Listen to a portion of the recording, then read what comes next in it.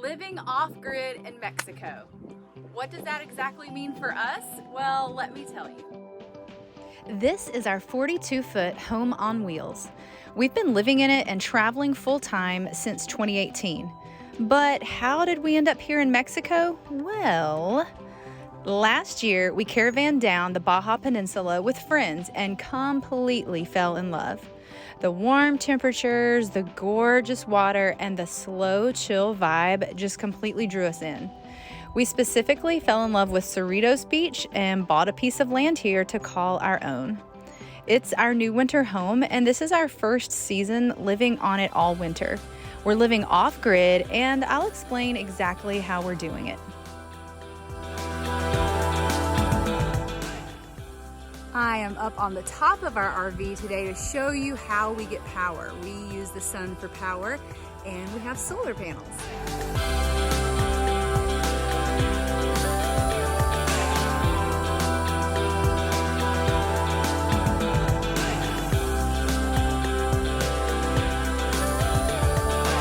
This is how we charge our devices, and that little black foldable solar panel behind it is how we keep it charged. So when we need water, we have to go into town, which is only about a 7-minute drive, and we go to the Agua Purificada store. That's where we get our water for drinking as well as showers or anything else we use it for. We use 5-gallon jugs for drinking water, and we have 2 of those jugs that we get refilled when needed. It's super cheap to actually get water here, which is nice. And we have a 60-gallon water bladder that we get filled, and then that gets pumped into our freshwater tank of our RV. We're gonna show you how we pump that water into our freshwater tank.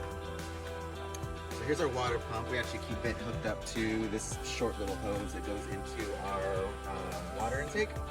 So water bladder in the back.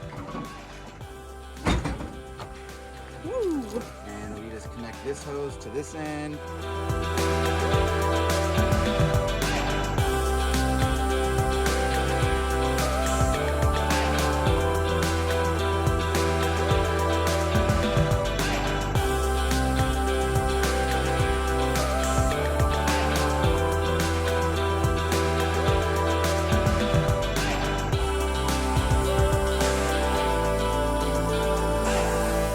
So now you know what it looks like for us to live off-grid in our RV in Mexico. So what luxuries are we sacrificing by living off-grid exactly? First of all, we don't shower every day. That might gross some of you out, but it is what it is. Our kids get a full shower about once a week where they wash their hair, get a good scrub down. Aaron and I, it just depends. We play it by ear. I probably get a full shower every 3 days, and I try to wash my hair every 4 or 5 days. We do wash our faces every night. We have body wipes where we can take a little sponge bath. And when we do shower, it's not just a full long shower. It's a military style shower. We turn the water on, get wet, turn it off, lather up, and then, rinse off. So it's quick. We are very careful with water because the more careful with water we can be, the less trips in town to fill up our water we have to take. We have gotten quite a few questions about how can we stretch out our black tank for 2 weeks, and actually 19 days is our record. We have gone 19 days without having the black tank dumped, but the boys, I have a son and a husband, they pee outside. We have our own property here, that's not a problem, and we do throw most toilet paper in the trash can, and then we end up just burning it in the fire, so that actually saves a lot of room in the black tank. We are just very mindful of our electric use. We really plug in phones and laptops on the little portable blue Rely-On battery charger thing that I showed you earlier. Really the only things we use the outlets for in the house are power in the RV. We do plug in Starlink. Starlink is crucial for us working and for the kids' school, so we do use Starlink. We do have a dual fridge. When we have full hookups, we switch it to electric. When we're boondocking or off-grid, we switch it to propane, but it does need a little bit of electricity to run the propane, so we use a little bit of electricity for that.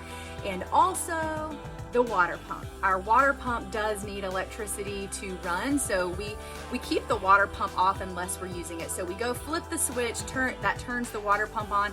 If we need to wash our hands, wash some dishes, or use water, we do it very quickly and very carefully.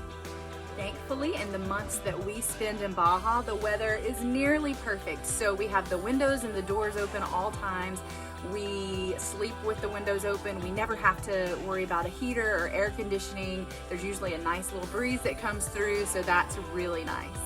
We do have a washer in our RV, a clothes washer, but we don't use it when we are living off grid. That uses electricity and more water than we want to use. So we go to the local lavandaria and we bring a giant bag full of clothes. They wash it, dry it, fold it, and have it waiting for you. And it costs about $7 USD to do a very big load of laundry. Another thing that we don't love is that we use disposable dishes, mainly plates and plasticware like forks and knives and things.